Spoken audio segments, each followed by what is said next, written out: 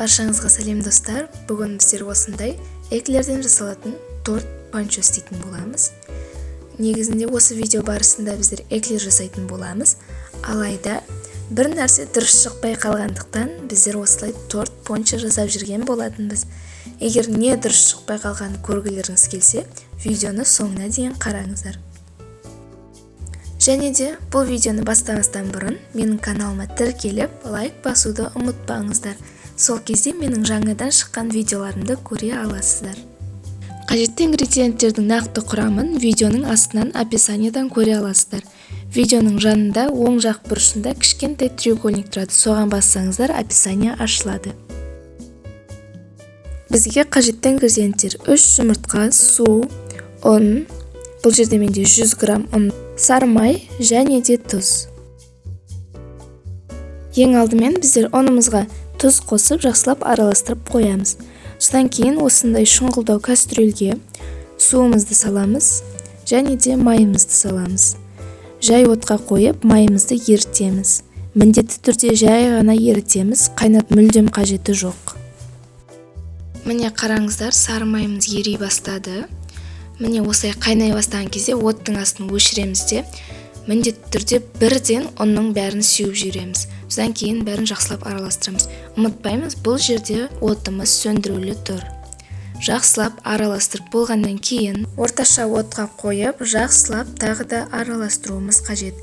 Бұл жерде ең бастысы астында осындай мучной налет қалу керек. Қазір мен сіздерге көрсететін боламын. Міне қараңыздар, бізде мучной налет бірден осылай шыға бастайды араластырғаннан кейін. Бірақ алайда бұл өте аз, себебі кастрюлеміздің асты түгелдей мучной налет болып қалу керек. Сол кезде біздің қамырымыз дайын деген сөзді білдіреді. Міне қараңыздар, осындай болып кастрюлеміздің астында көбірек мучной налет болу керек. Сол кезде қамырымыз дайын болады.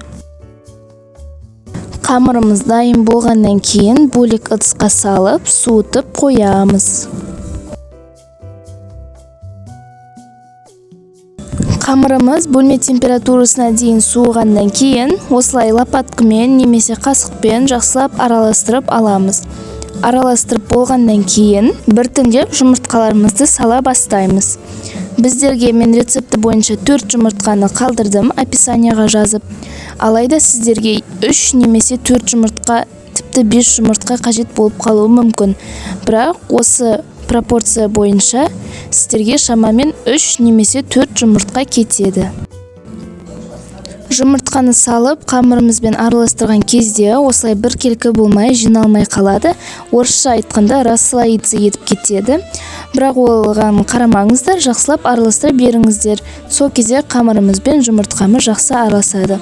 Жұмыртқамыз бен қамырымыз араласқаннан кейін екінші жұмыртқамызды салып, жақсылап араластырамыз. Екінші жұмыртқамызды салғаннан кейін консистенциясына міндетті түрде қараңыздар. Консистенциясы бізде сұйықтау болу керек. Егер қою болатын болса, онда үшінші жұмыртқаны салуларыңызға болады. Үшінші жұмыртқаны салғаннан кейін тоже міндетті түрде қайта консистенциясын қарап отырыңыздар.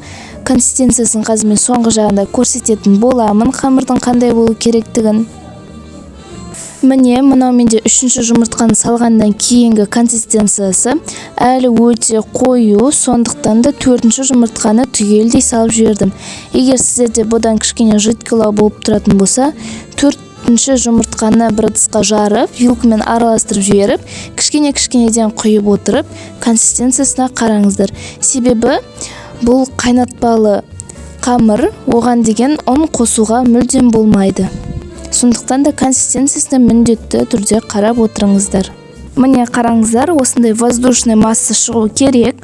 Осылай лопаткамызды немесе қасығымызды көтерген кезде осындай, орысша айтқанда язычок қалуы қажет. Міне көріп тұрғандарыңыздай, мен лопаткамды көтерген сайын, мен лопаткамда осындай язычоктар қалып қойып жатыр.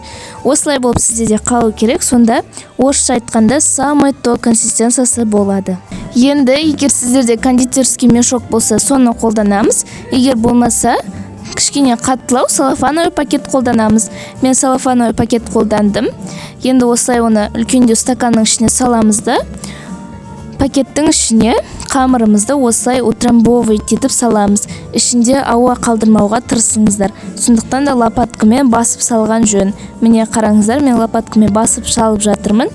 Сіз де солай салыңыздар.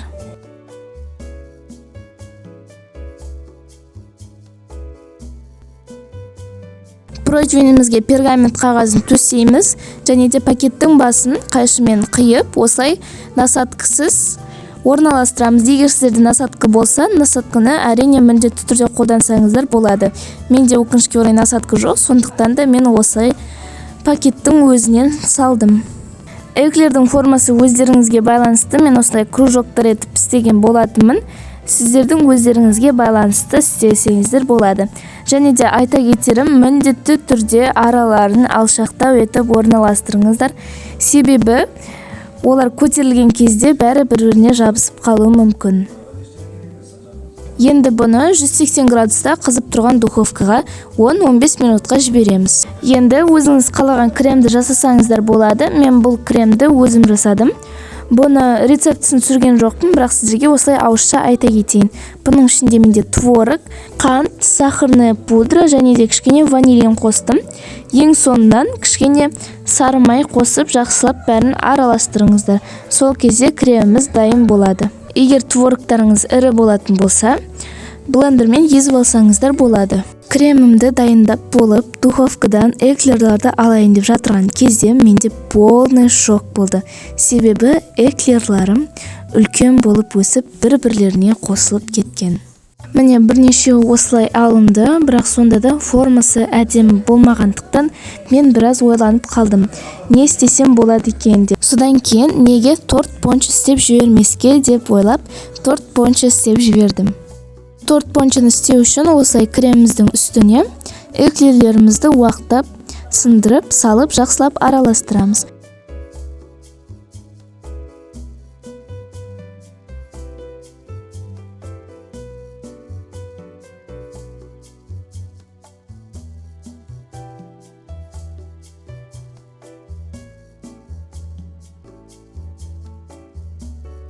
Мен эклердің бәрін қолданған жоқпын. Где-то 3-4 штуктай қалды. Енді осылай эклерлерімізді салатын ыдысымызға пищевой пленканы төсеп, сол пищевой пленканың үстіне креміміз бен эклерлерімізді саламыз.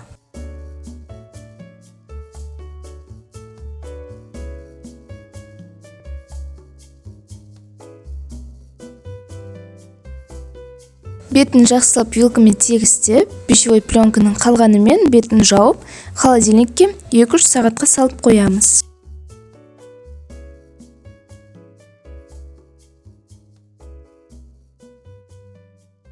Міне тортымызды холодильниктен алдым.